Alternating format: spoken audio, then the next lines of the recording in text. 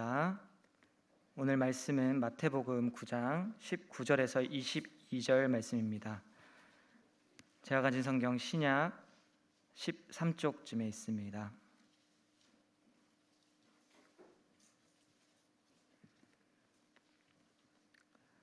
하나님의 말씀을 읽겠습니다.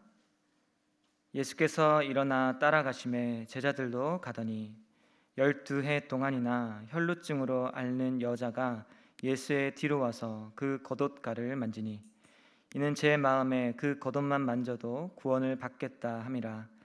예수께서 돌이켜 그를 보시며 이르시되 딸아 안심하라 내 믿음이 너를 구원하였다 하시니 여자가 그 즉시 구원을 받으리라. 아멘. 김은규 목사님 나오셔서 말씀 전해 주시겠습니다.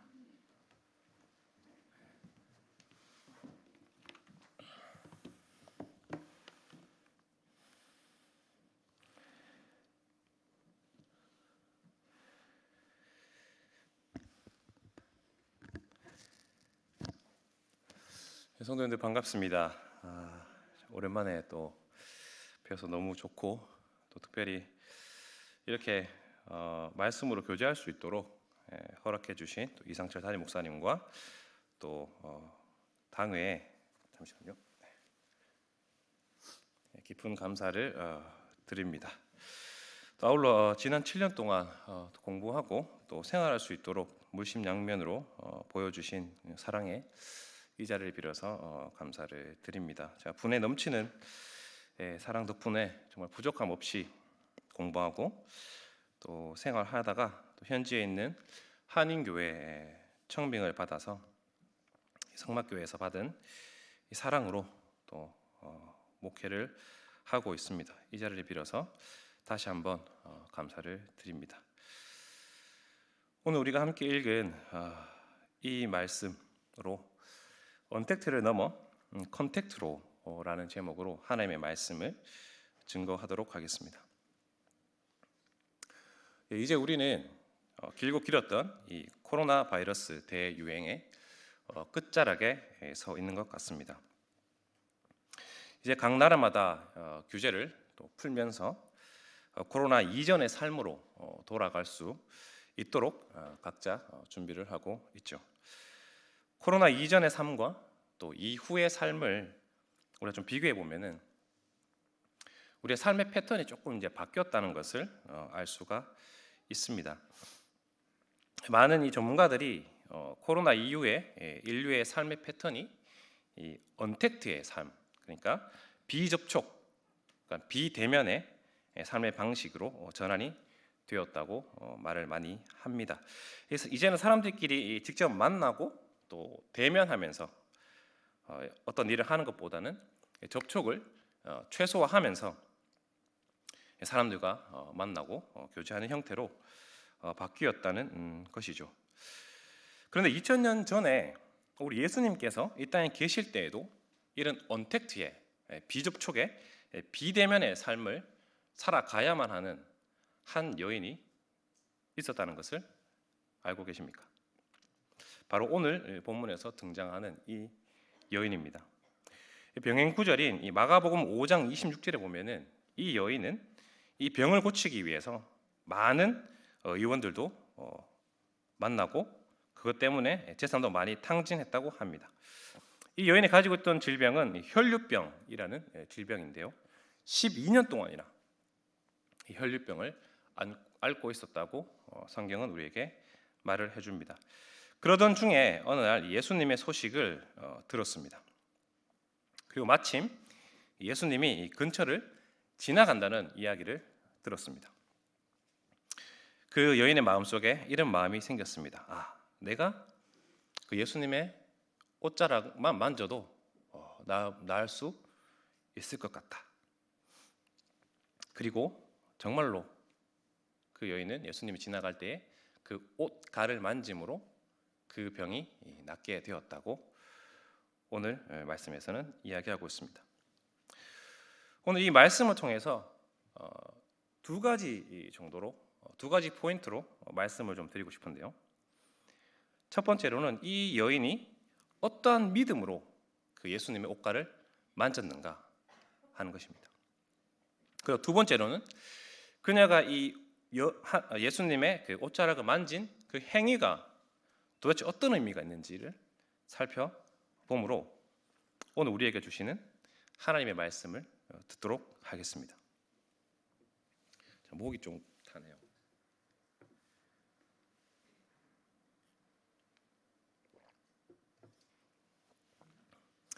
먼저 여인의 믿음에 대해서 한번 살펴보겠습니다.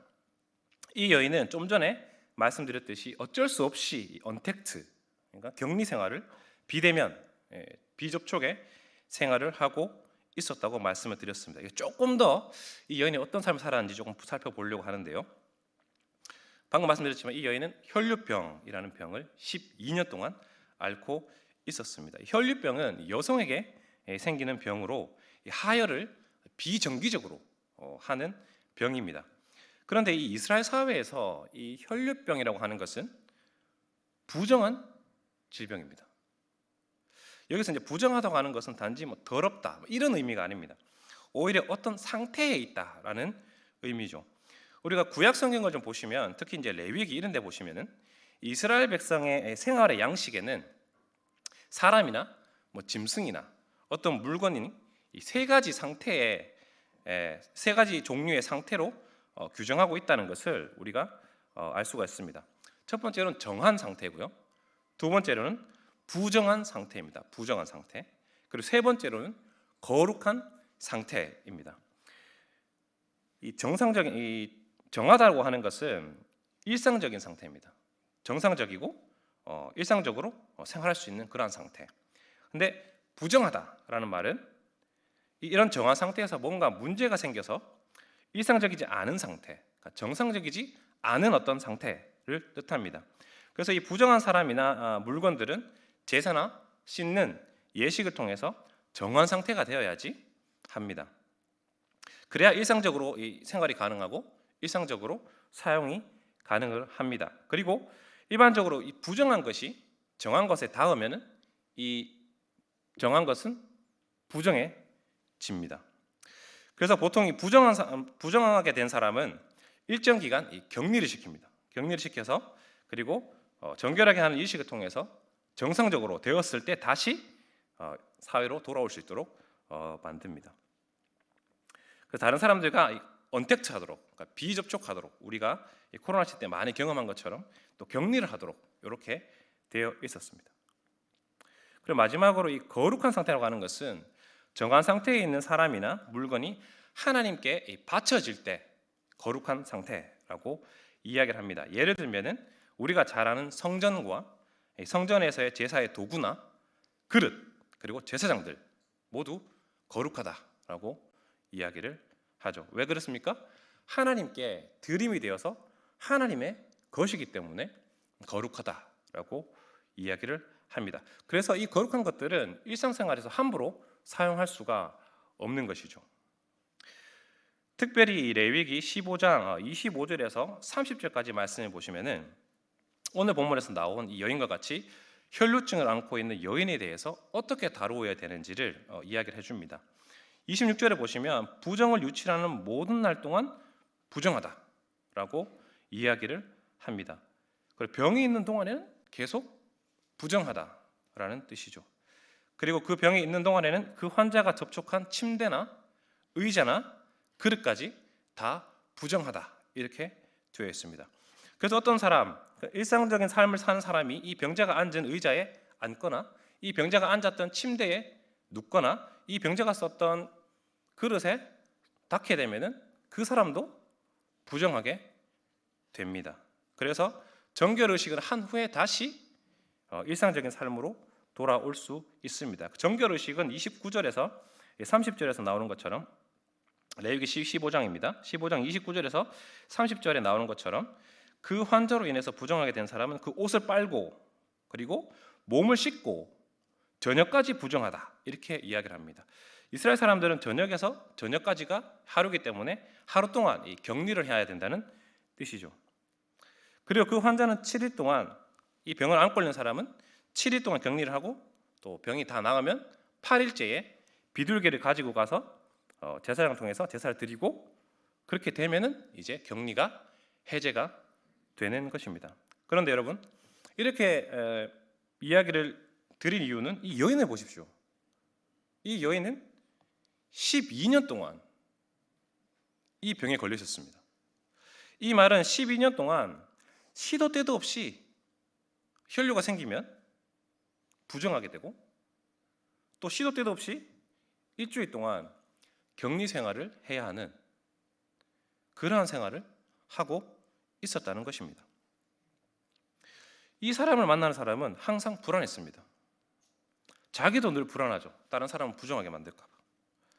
언제 몸에 하혈이 생겨서 부정하게 될지 모르고, 그렇게 되면 또 자기뿐만 아니라 자기와 접촉한 가족들, 친구들 모두 부정하게 되어서 하루 동안 격리를 하고 정결의식을 행하야만 다시 일상으로 돌아갈 수 있는 그런 불편함을 늘 생각하며 살아야 했습니다.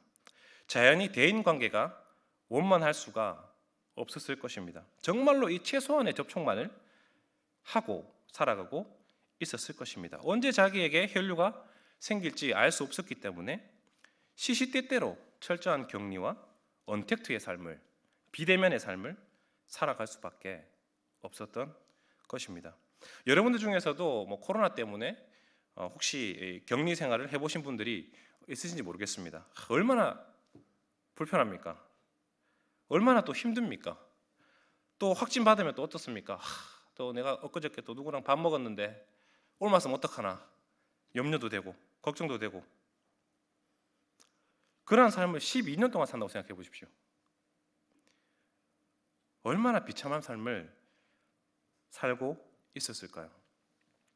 이 여인이 오죽하면은 이 병에서 낫기 위해서 전 재산을 거의 다 탕진하다시피 했을까요? 그야말로 이 병에서 벗어나고자 필사적으로 자기의 모든 노력을 다했던 것입니다. 이 지긋지긋한 이 격리 생활에서, 이 강제적인 이 언택트의 이 비대면의 삶에서 다른 사람들과 벗어나서 다른 사람들과 좀 만나고 싶고, 다른 사람들과 좀 접촉하면서 악수도 하고 안아도 보고 또 그렇게 교제하면서 살고 싶다는 생각을 얼마나 했을까요? 하지만 모든 노력에도 불구하고 그 여인은 더 비참한 삶을 살아가고 있었습니다. 그 병이 더 중하여졌다라고 이야기를 합니다. 그렇게 사회로부터 12년 동안 격리되어 지내는 동안에 예수님의 이야기를 들은 것입니다. 예수님께서 문둥병도 살리신다더라. 예수님께서 안진뱅이도 살리신다더라. 심지어 이 예수님이 죽은 사람도 살리신다더라. 그런 말을 들었을 때 이 여인의 마음은 어땠을까요? 그 마음 속에 예수님만이 이 고통으로부터, 이 고립된 삶에서, 이 비참한 삶으로부터 나를 구원해 줄 수 있을 것이다 라고 믿었을 것입니다. 이제 이 여인에게 예수님만이 유일한 희망입니다. 그리고 예수님께서 지나가실 때 그때를 기다리며 오직 이 예수님만이 자신을 이 병에서 고쳐줄 수 있는, 이 지긋지긋한 생활에서 벗어나게 해줄 수 있는 유일하신 분이시다. 그 믿음을 가지고 예수님의 옷가를 만진 것입니다. 우리는 이 여인의 믿음의 행위, 이 철저히 격리될 수밖에 없는 상황에서 주님의 만짐으로 얻는 구원을 얻을 것이라는 그 믿음, 오직 예수님만이 나를 구원할 수 있다라는 그 믿음을 우리가 주목할 필요가 있습니다. 그 믿음은 오직 예수님께만 소망을 두는 믿음이었습니다. 예수님만이 나를 살릴 수 있다라는 그 믿음이었습니다. 한마디로 예수님 아니면 나는 아무 소망이 없다라는 믿음입니다. 예수님 아니면 나는 죽는다라는 필사의 믿음이었습니다. 사랑하는 성도 여러분, 이것이 교회가 가져야 할 믿음이 아닐까요? 이 여인이 가진 믿음은 예수님과의 컨택트만이, 예수님과의 만남만이, 예수님이 나의 유일한 소망이시고 나를 살릴 수 있는 유일한 분이시다는 그 믿음, 예수님과의 컨택트만이 하나님과의 멀어진 관계를 다른 사람과의 멀어진 관계를 다시 회복시켜 주실 수 있다는 그 믿음, 이 믿음을 가지고 주님께 나아가야 하는 것입니다. 주님이 우리를 찾아오시기도 하십니다. 하지만 동시에 우리도 주님께 나아가는 믿음이 필요합니다. 예수님만이 유일한 소망이시라는 그 절박함을 가지고 가는 그 믿음이 우리에게 있어야 하는 것입니다. 아무리 상황이 어렵고 힘들지만 이 언택트의 상황을 넘어서 믿음의 컨택트를 필사적으로 해야 하는 것입니다. 언택트의 방식, 삶의 방식에 익숙해져서 이 비대면, 비접촉 필요할 땐 해야죠. 그러나 거기에 젖어 있으면 안 됩니다. 이제는 가능해진 이 대면 예배와 또 모임에 그리고 각자의 자리에서 주님과의 컨택트만이, 예수님과의 만남만이 나를 살리신다라는 그 믿음을 가지고 예배와 모임에 나와야 하는 것입니다. 이 믿음을 가지고 다시 한번 주님과의 영적인 컨택트를 회복하시기를 바랍니다. 다시 회복된 형제, 자매들 간의 이 컨택트의 기회를 감사하며 하나님과 컨택트하시고 성도들과 컨택트하고 만나지 못했던,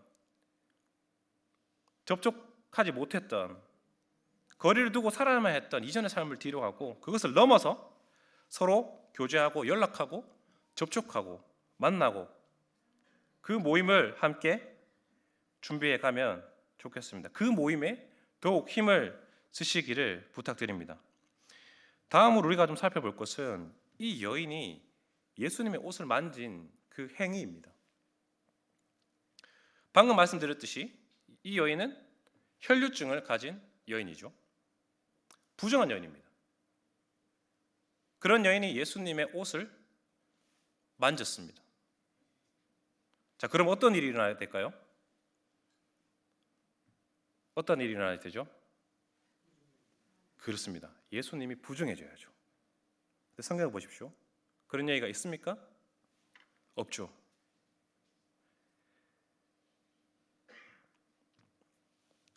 예수님이 옷이 부정해졌으니 예수님도 부정해지셨을 것입니다. 그래서 예수님은 옷을 빨고 몸을 씻고 하루 동안 격리를 하셔야 되죠. 그런데 예수님은 오히려 관리의 딸을 살리러 가실 길을 가셨습니다. 왜 예수님은 율법을 따르지 않으셨을까요?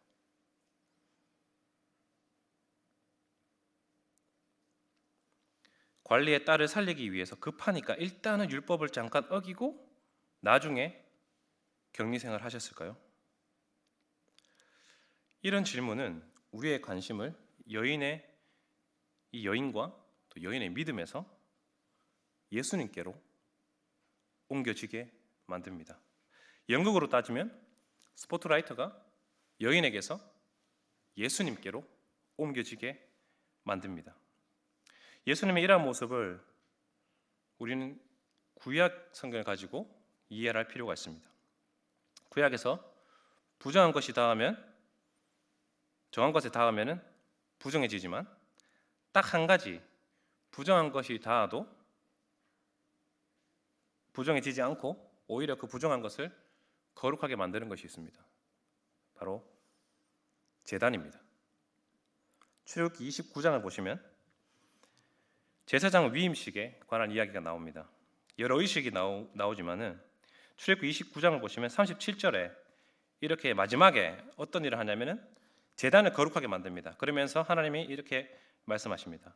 37절에 보시면 너는 이레 동안 제단을 위하여 속죄하여 거룩하게 하라. 그리하면 지극히 거룩한 제단이 되리니 제단에 접촉하는 모든 것이 거룩하리라.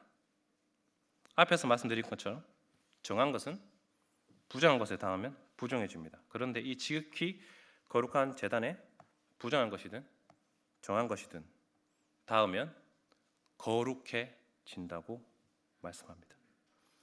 하나님의 것이 되고 하나님께서 받으실 만한 것이 된다는 말입니다. 제단이 왜 거룩합니까?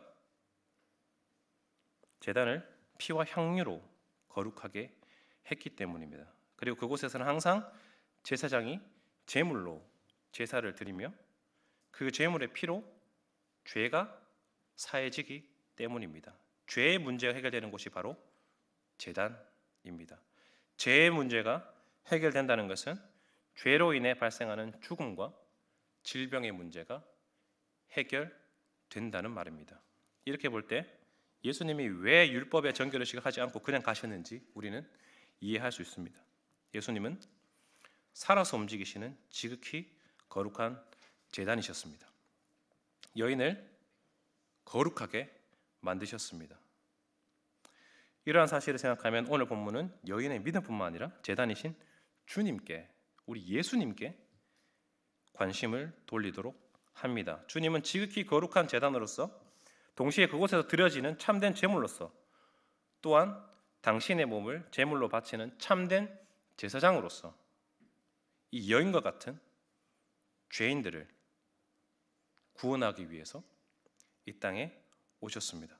죄와 비참함, 부정한 상태, 하나님과 언택트되고 하나님과 만나지 못하고 사람들로부터 격리되어 있는 비참한 삶을 사는 그러한 자들에게 하나님과 컨택트 되도록 만드시고 다른 사람들과 만날 수 있도록 컨택트 되는 거룩한 자들로 부르시기 위해서 우리 주님은 이 땅에 오셨습니다. 주님은 이 사건을 통해서 믿음으로 자신에게 오는 모든 자들을 거룩하게 하는 참된 제단이심을 우리에게 보여주고 계십니다. 그래서 주님은 자신에게 손댄 여인에게 네 병이 나았다 라고 말씀하지 아니하시고 네 믿음이 너를 구원하였다 라고 말씀하십니다. 여기서 구원이라는 말은 단지 병에서 고침받았다, 건짐받았다 이런 의미가 아니라 죄와 사망에서 건짐을 받는 것을 가리키는 전문 용어입니다. 죄인이 죄를 용서받고 그 죄에서 자유롭게 되어 새로운 생명을 얻게 되는 것을 구원이라고 부릅니다. 그래서 단지 이 여인이 병에서 치료가 되었고 노임을 받았다는 것을 넘어서 그녀가 사로잡혀 있던 죄와 사망의 권세에서 노임을 받았고 새로운 생명, 새로운 삶을 얻게 되었다는 것을 의미하는 것입니다. 그것이 마태복음 9장 전체의 문맥과도 잘 어울립니다. 오늘 읽은 본문 말씀 앞에 보면 2절에서 마태복음 9장 2절을 보시면 중풍병자를 고치시고 예수님은 동일하게 말씀하십니다. 네 죄 사함을 받았다라고 하셨고 13절에 자신이 죄인을 부르러 오셨다라고 말씀하셨습니다. 그리고 이어지는 25절에서 보시는 것처럼 죽은 소녀도 예수님이 손을 다 잡고 일으키시면 다시 살아납니다. 새로운 생명을 주십니다. 시체는 이스라엘 사람들에게 부정한 것입니다. 그러나 동일하게 예수님께서 만지고 일으켰을 때에 새로운 생명을 주셨던 것입니다. 주님이 부정한 자들에게 닿기만 하면 그 부정한 자들, 심지어 죄의 결과인 죽음에서도 건져서 새 생명을 주시고 거룩하게 만드는 참된 제단이심을 우리에게 보여주십니다. 참된 제단이자 제물로서 그리고 대제사장으로서 주님은 십자가에 달리셔서 죄와 사망의 권세에 눌려있는 죄인들을 구원하러 오신 분임을 오늘 본문에서 말씀하고 있는 것입니다. 그러나 이 구원은 자동으로 얻는 것이 아니죠. 당시 예수님은 수많은 사람들에게 둘러싸여 있었습니다. 이 사람 저 사람이 예수님을 밀고 그런 상황 가운데 있었습니다. 예수님과 접촉하고 있었죠. 예수님을 만지고 있었죠. 그러나 믿음으로 이 예수님을 만져야 살 수 있다는 그 절박한 믿음을 가진 이 여인만이 구원을 얻었습니다. 우리는 언택트 시대에 살고 있습니다. 그러나 구원은 주님과 컨택트, 주님과의 접촉, 주님과의 만남을 통해서만 옵니다.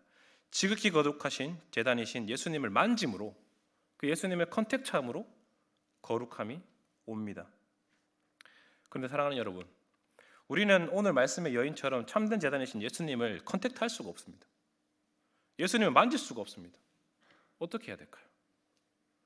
죄로 인해 죽을 수밖에 없는 우리들이 어떻게 해야 예수님을 만지고 거룩해질 수 있을까요? 주님을 만질 수 있는 두 가지 방법이 있습니다. 첫 번째는 영적인 컨택트입니다. 필사적인 믿음으로 예수님만이 나를 살리신다는 그 믿음으로 말씀과 기도를 붙들 때에 우리는 주님과 영적으로 컨택트할 수 있는 것입니다. 예수님만이 나를 구원하시는 유일한 분이시라는 그 절박한 믿음, 그 확고한 믿음으로 말씀을 열고 기도를 할 때 우리는 영적으로 예수님과 컨택트합니다. 예수님과 만납니다. 또 한 가지 방법은 예수님과 컨택트하고 예수님을 만지는 또 한 가지 방법은 바로 성찬입니다. 이 성찬은 주님과 영적인 컨택트를 구체화하고 눈에 보이도록 만들고 실제적으로 만들고 더 강하게 만들어 줍니다. 눈에 보이는 빵과 포도주로 주님과 영적인 컨택트가 더 확실하고 더 구체적이고 더 강력하게 만들어 줍니다. 혈루증에 걸린 여인이 주님의 옷자락을 필사적인 믿음을 가지고 만짐으로 구원을 얻은 것처럼 우리도 동일하게 그 필사적인 믿음으로 주님의 몸과 피인 떡과 포도주를 만지고 먹고 마심으로 우리의 구원을 확신할 수 있는 것입니다.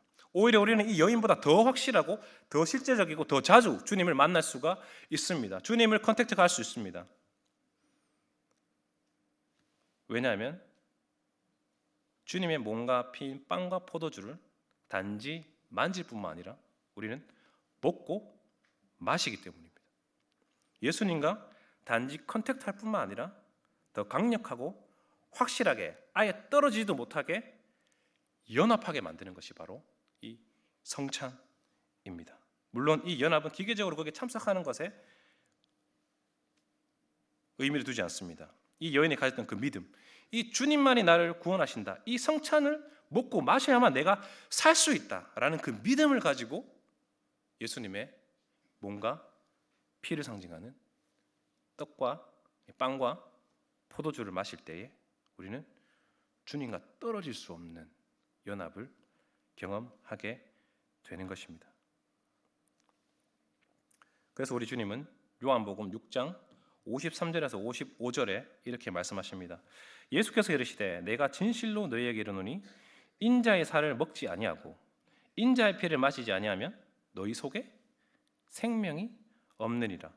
내 살을 먹고 내 피를 마신 자는 영생을 가졌고 마지막 날에 내가 그를 다시 살리리니 내 살은 참된 양식이요 내 피는 참된 음료로다. 사랑하는 성도 여러분, 우리는 코로나로 인해서 그동안 성찬을 행하기 참 어려웠습니다. 그러나 이제는 드디어 가능하게 되었습니다. 날마다 주님과 영적인 컨택트를 하면서 동시에 그것을 직접 체험하는 이 성찬을 더욱더 사모합시다. 우리는 그동안 주님의 몸과 피에 언택트할 수밖에 없었습니다. 그러나 이제는 주님의 몸과 피를 만지고 먹고 마실 수 있게 되었습니다. 참된 제단이신 주님을 만지는 것을 넘어 먹고 마심으로 연합한 자에게 우리 주님 약속하십니다. 구원과 생명과 부활이 있을 것이다. 살아있는 제단이신 예수님을 믿음으로 만지고 먹고 마시는 자만이 구원을 얻고 새 생명을 얻을 수가 있습니다. 이 주님을 먹고 마시셔서 영생하시기 바랍니다. 언제 성찬이 있을지 모르겠지만 그때까지 일상 속에서 주님과 영적인 컨택트를 놓지 마시기 바랍니다. 주님이 없으면 나는 죽는다. 그 믿음을 가지고 필사적으로 말씀과 기도를 붙드십시오. 그리고 일상에서 말씀에 순종함으로 주님과의 컨택트를 계속 이어가시기를 바랍니다. 날마다 주님을 만나십시오. 그리고 그 간절한 믿음으로 성찬에 참여하셔서 영원한 양식을 먹고 마시셔서 영생하시기를 바랍니다. 이제 말씀을 정리하겠습니다. 오늘은 12년 동안 혈루증에 걸린 여인이 예수님의 옷자락을 만진 이 사건을 통해서 구원은 주님만이 나를 살리신다는 그 믿음으로 참된 제단이신 예수님을 컨택트함으로 온다는 사실을 함께 살펴보았습니다. 이 믿음의 컨택트는 말씀과 기도의 영적인 만남이기도 하지만 더 실제적이고 더 강력하고 더 구체적으로 성찬에서 우리가 경험할 수 있다는 사실을 함께 살펴보았습니다. 이제 코로나 상황이 진정되어 가고 있습니다. 이전에 언택트 상황에서 누리지 못했던 교회의 모임과 또 예배와 또 성찬이 회복될 때에 그 모임에 그리고 이 성찬에 정말로 간절한 믿음, 주님 없으면 내가 죽는다는 그 믿음을 가지고 참여하셔서 언택트를 넘어 주님과 또 사랑하는 형제 자매들과 컨택트 하시며 영적인 복을 누리시는 우리 마산 성막교회 성도님들이 다 되시기를 주님의 이름으로 부탁드립니다. 아멘.